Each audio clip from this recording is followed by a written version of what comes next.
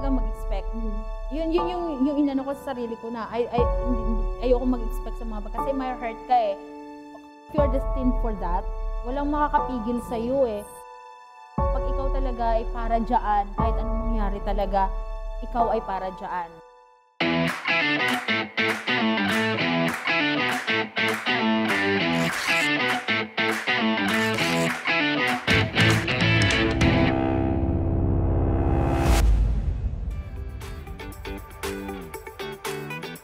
Good morning, good afternoon, good evening to all our viewers from all over the world.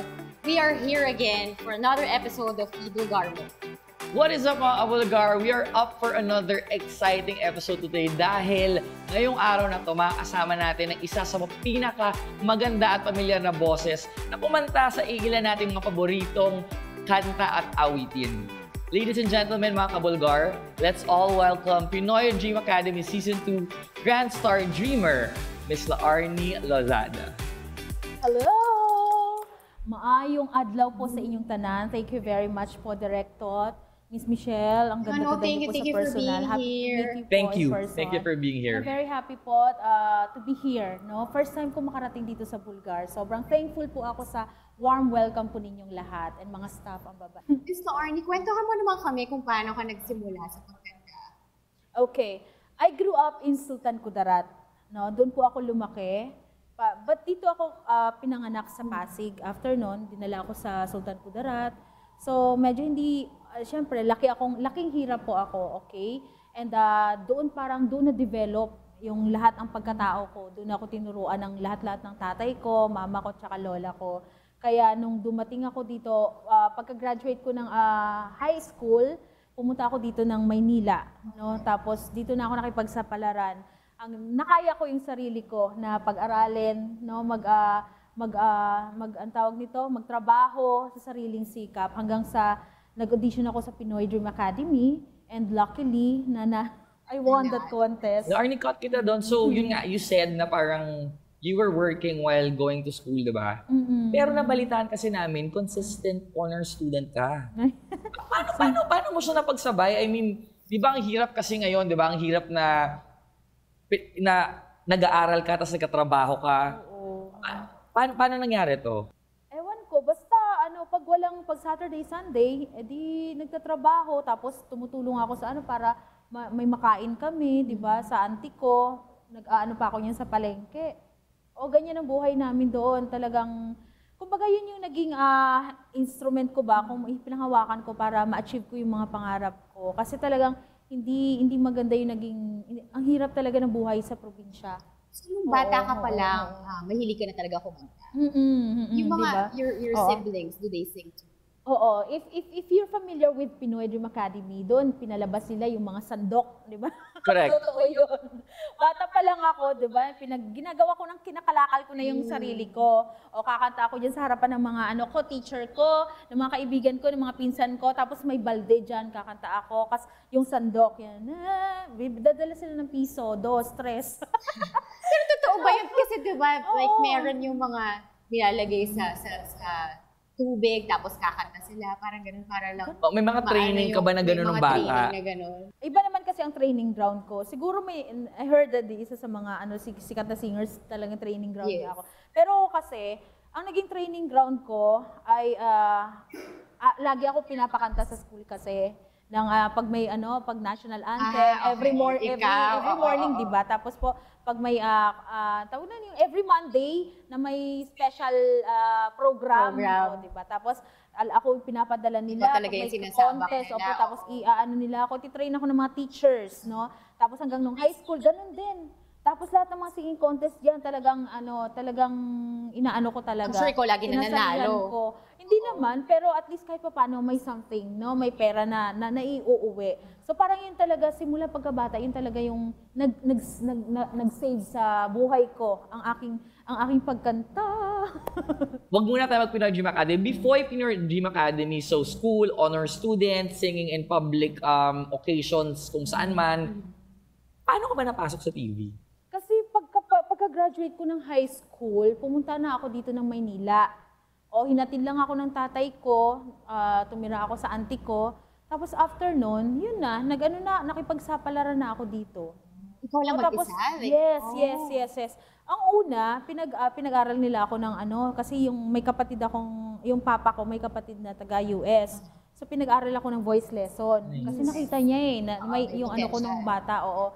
Pero after nun, hanggang doon lang. Gusto na niya ako pabalikin ng Mindanao. Sabi ko, nandito na ako ng Maynila, babalik pa ba ako?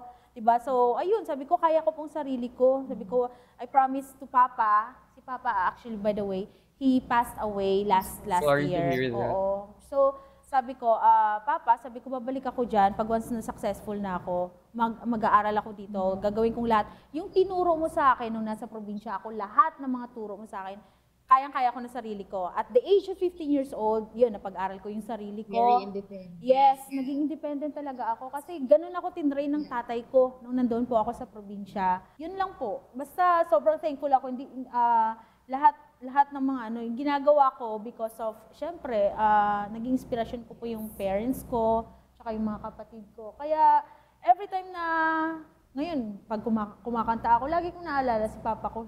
Walang araw na hindi ako umiiyak kasi nami-miss ko siya, ganun, lahat. But I'm very happy po, alam ko na nawala siya dito sa mundo, na naging successful siya as a tatay, no? Dahil yung ginawa niya sa akin, yung pagtitrain niya sa akin, kung paano nagkaroon ng isang La Arnie Losada, behind that, I'm sure ayun he's siya. very proud. So, daddy's girl ka rin talaga. Yung bang time na naging strong ka, is it also important na yung maraming taong naniwala sa'yo?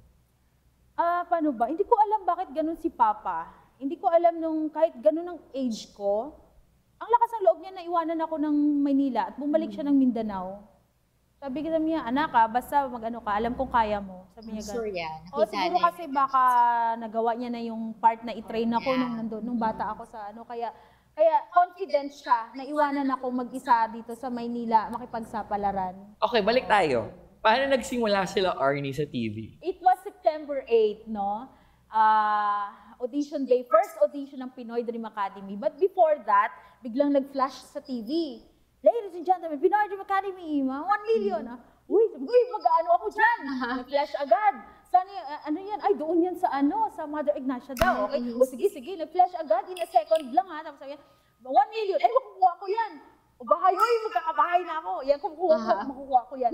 Parang pinlame ko. So talagang hindi pa uso yung sinasabi nilang manifestation. Oo, pero pinlame Ganon ko ka lang talaga. na. Sabi ko, makukuha ko yan. Sabi ko gano'n. Tapos first audition, grabe.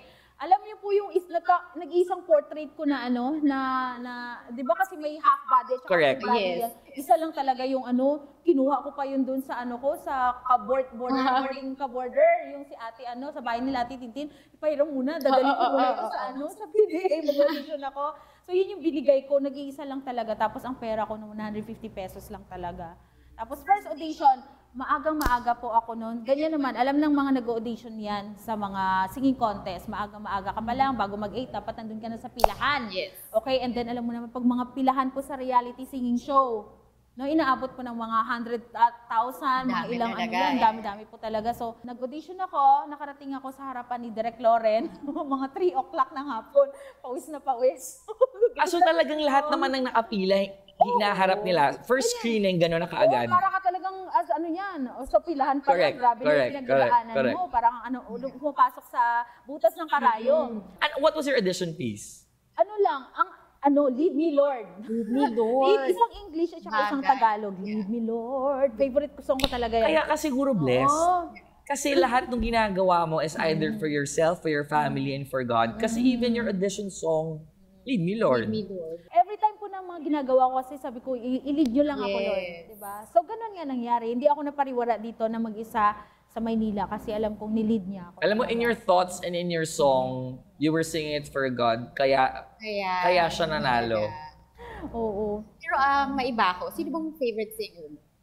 Favorite singers. Na ina-idolize. Marami ako mga favorite singers. Ito pa. Nung bata po ako, kinakarve ko yan. Sa may garden kami, alam mo yung mga upo, kalabasa, mga puno. O yun. I want to be a famous singer. I want to be a singer. I want to be talagang successful. minamanifest mo na before. Kinakarve ko yan. Martin Rivera, Shasha Padilla. Oo. Kaya nung nag-ano ako sa Pinoy Dream Academy, first ko na ano si Miss Shasha. Oo, sila Piolo Pascual. Starstruck ka. Oo, kinis ako ni Piolo Pascual. Mas lalo tuloy ako, dapat manalo ako.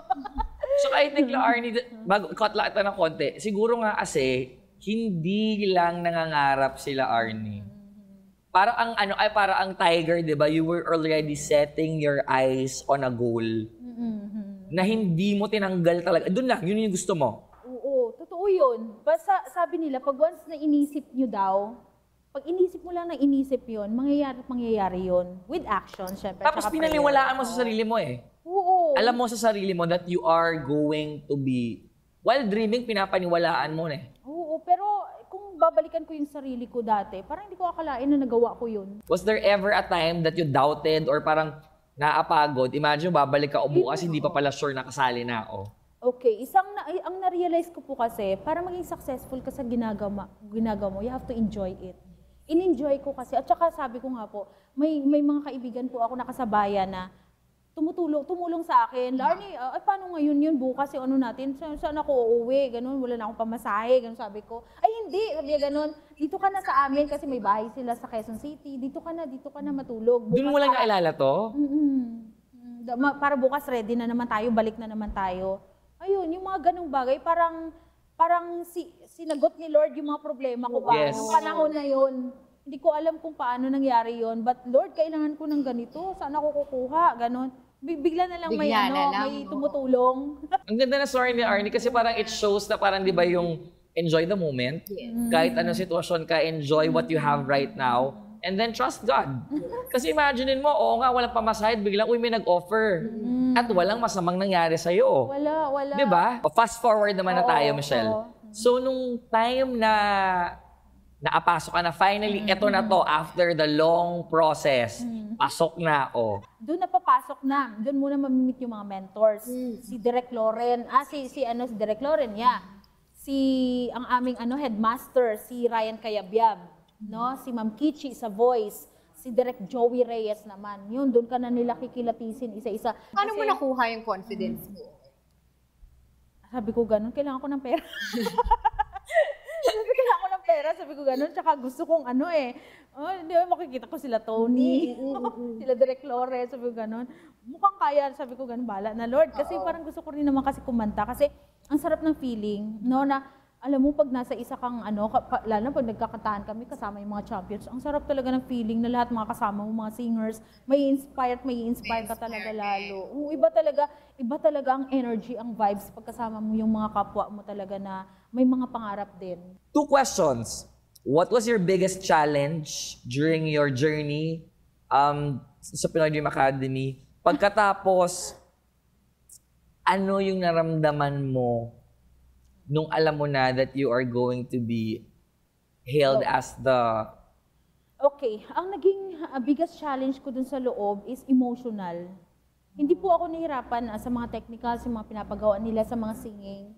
But more on kasi Why emotional? Nakalkal po nila yung problema ko. Siyempre, yung mga naging trauma ko nung bata ko, yung mga family problem, personal problem. Siyempre, mag-isa lang ako dito sa Maynila, yung mga nagkaroon ako bago ako noon, nung pumasok pa ako noon, na broken heart pa ako, di ba? Tsaka yun, parang nagkaroon pa ako noon ng nga sa parents ko noon, kasi nga hindi ko nakikita ng ilang taon. Kasi syempre na-excite sila nung nakita ka nila sa TV. Nagulat nila sila, nakita nila ako sa TV, ilang taon nila akong inaan. Hindi talaga ako nagpaparamdam, may ganun akong ugali. Oo. Nakita ka na lang sa TV. May ganun akong ugali. Pero anong naramdaman mo nung in-announce na nila ikaw yung winner? Ay, hindi talaga ako nag-expect. Kasi alam ko sa loob ko, alam ko siya yung pinaka-best contender ko eh.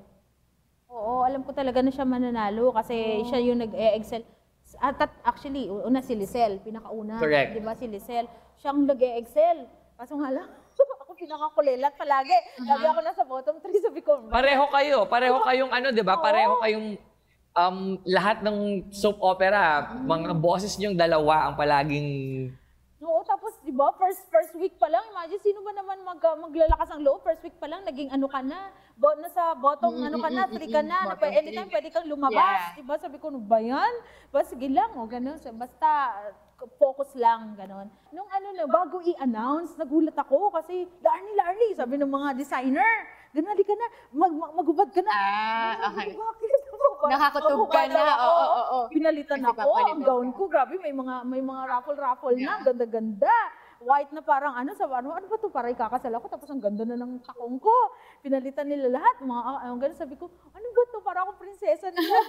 Eh di ba mag-a-announce ng winner, pero siyempre si Bugoy nag-aano din. Basta lahat kami, ganun. Pero hindi talaga ako nag-expect.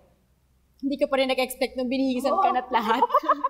Pero naramdaman ko may isang scholar, di ba? Kasi nakalabas na siya. Kaibigan ko rin naman, bigla niya akong hinag. Oo, sabi ko, Lorny, hinag niya ako. Alam niya na siguro nangyayari sa labas. Bakit? Ganun sabi ko. Pero ayoko talaga mag-expect. Yun yung inano ko sa sarili ko na ayoko mag-expect sa mga kasi may hurt ka eh. Kasi yun lang. Tapos, ito na. Lorny! Oh my God! Nakakaya talaga. Grabe talaga yung iyak ko doon. Sobrang emotional siya. Kasi sobrang emotional. Tapos tinawag na ako. Diyos ko, pagkapatawag sa akin, yung fireworks sa likod, Diyos ko, natamaan ako dito. Sumabog. Na-injure pa. Grabe, yung fireworks. Tapos sigawan yung mga tao. Grabe talaga. Hindi ko akalain na ganun talaga yung dating nun. Ang sarap na feeling. Pero ang galing ng batch nyo eh. Kung meron ka natutunan sa journey mo sa Pinoy Dream Academy na hanggang ngayon nasa isip mo or ina-apply mo, ano to? Okay. Ano ba? Kung meron akong natutunan, siguro if you're destined for that, walang makakapigil sa'yo eh.